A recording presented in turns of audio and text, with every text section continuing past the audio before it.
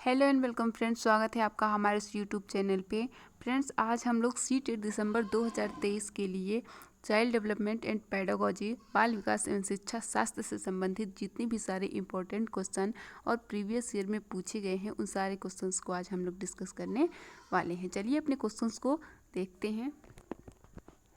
अभिकथन है, बच्चे स्कूलों में अकादमिक संपत्तियों के अलावा मूल्य व अवधारणाएं भी सीखते हैं। ठीक है, बच्चे स्कूलों में अकादमिक संपत्तियों के अलावा मूल धारणाएं व सीखते हैं। ठीक है, तो यहाँ पर अभिकथन तो हमारा करेक्ट लग रहा है ना। स्कूल समाजीकरण की एक द्वितीयक परंतु महत्वपूर्ण संस्था है।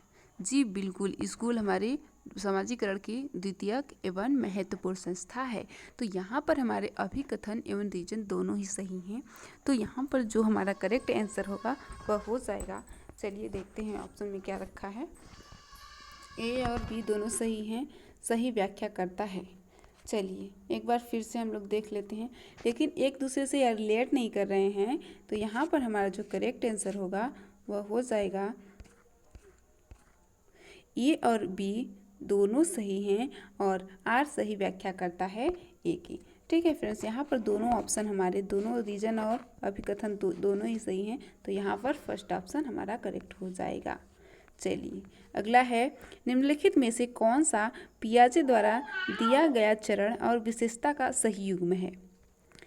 अमूर्त संक्रियात्मक अवस्था, परिकल्पनात्मक निगनात्मक सोच, संवेदीगामक अवस्था, प्रतीकात्मक सोच, पूर्व संक्रियात्मक अवस्था, संरक्षण, मूर्त संक्रियात्मक अवस्था, अमूर्त तर्क। तो यहाँ पर देख लेते हैं कि मूर्त संक्रियात्मक अवस्था में अमूर्त तर्क नहीं बल्कि मूर्त तर्क आता है, तार्किक लॉजिकल थिंकिंग आने लगती है, इसलिए गलत हो जाएगा। पूर्व संक्रियात्मक अवस्था में संरक्षण, यहाँ पर जो पूर्व संक्रियात्मक अवस्था होता है उसमें संरक्षण नहीं आता है बल्कि संरक्षक मूर्त संक्रियात्मक अवस्था में आता है। संवेदी चालक अवस्था, प्रतीकात्मक सोच, यहाँ पर प्रतीकात्मक सोच है वो पूर्व संक्रियात्मक अवस्था में ना कि संवेदी चालक अवस्था में, इसलिए गलत हो जाएगा। अमूर्त संक्रियात्मक अवस्था, परिकल्पनात्मक निगनात्मक सोच, करेक्ट हो जाएगा फ्रेंड्स। यहाँ पर ए ऑप्शन करेक्ट हो जाएगा। अमूर्त संक्रियात्मक अवस्था में बच्चे परिकल्पनात्मक एवं निगनात्मक सोचने लगते हैं। ठीक है, अमूर्त थिंकिंग उनमें परिकल्पनात्मक सोच विकसित होने लगती है। चलिए नेक्स्ट है, लियो वैगोस्की के सिद्धांत में भौतिक वस्तुएं जैसे कैलकुलेटर, कंप्यूटर के साथ साथ बौद्धिक ढांचे जैसे भाषा क्या कहलाते हैं, है ना। तो यहाँ पर लियो वैगोस्की से संबंधित पूछा है, तो ऑप्शन दे रखा है अलंकारिक सामग्री, सांस्कृतिक उपकरण, अवधारणा मानचित्र, स्मृति सहायक। तो लियो वैगोस्की के संबंध में जो महत्वपूर्ण ढांचे से जो हेल्प करते हैं, जो ऐसे टूल्स जो उनके शिक्षण में हेल्प करते हैं, उन्हें हम सांस्कृतिक उपकरण कहते हैं, कल्चरल टूल्स के नाम से जाना जाता है। बी ऑप्शन यहाँ पर राइट हो जाएगा।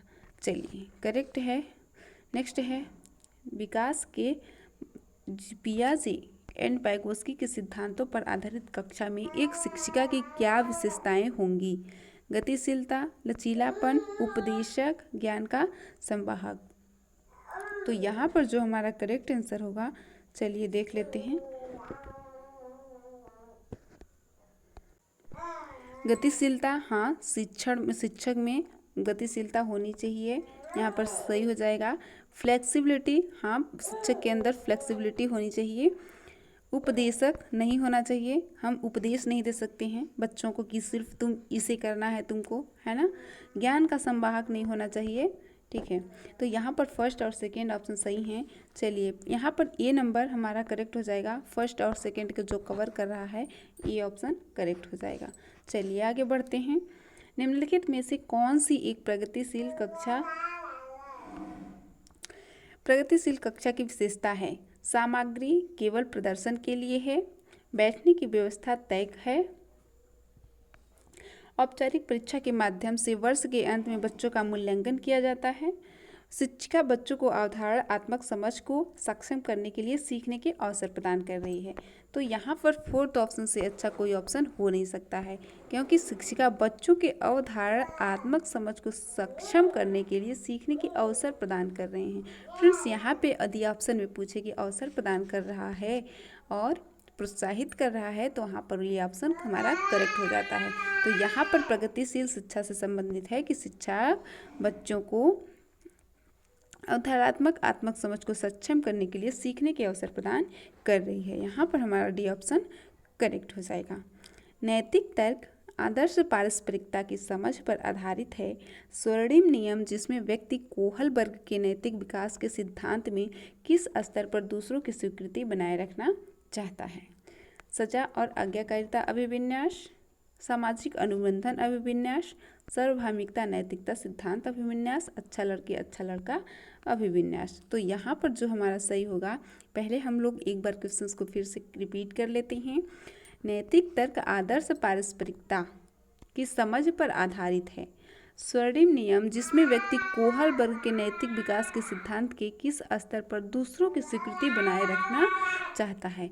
मतलब हम कुछ भी चीज़ इसलिए करें कि दूसरा उसमें खुश रहे, दूसरा को बुरे ना लगे, ठीक है, हम दूसरे की नज़र में अच्छा बनना चाहते हैं। तो सजा और आज्ञाकारिता अभिविन्यास ये यहाँ पर गलत हो जाएगा। इसमें दंड और अपराध से बचने के लिए व्यक्ति कार्य करता है। सामाजिक अनुबंधन अभिविन्यास व्यक्ति वह कार्य करता है जो कानून के लिए स्वीकृत हो। सार्वभौमिकता नैतिकता सिद्धांत यहाँ पर जो हो जाएगा कि वो स्व यथार्थीकरण प्राप्त कर लेता है, ठीक है। तो यहाँ पर जो हमारा फर्स्ट डी ऑप्शन होगा वह करेक्ट हो जाएगा। हम दूसरों की स्वीकृति, दूसरों की नज़र में अच्छा लगना चाहते हैं, इसलिए कार्य करना चाहते हैं। तो अच्छा लड़का अच्छा लड़की अभिविन्यास यहाँ पे करेक्ट हो जाएगा। चलिए आगे बढ़ते हैं। 4 से 5 साल की उम्र के बच्चे अक्सर अपने आप से बातचीत करते हैं।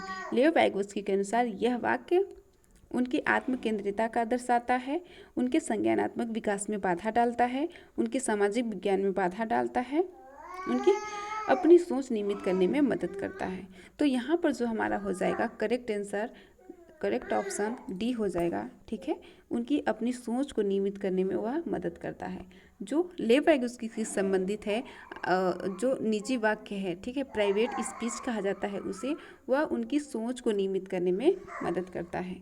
चलिए नेक्स्ट है, निम्न में से किसने जोर दिया कि व्यक्तिगत विकास का सामाजिक और सांस्कृतिक संदर्भ के बिना नहीं समझा जा सकता।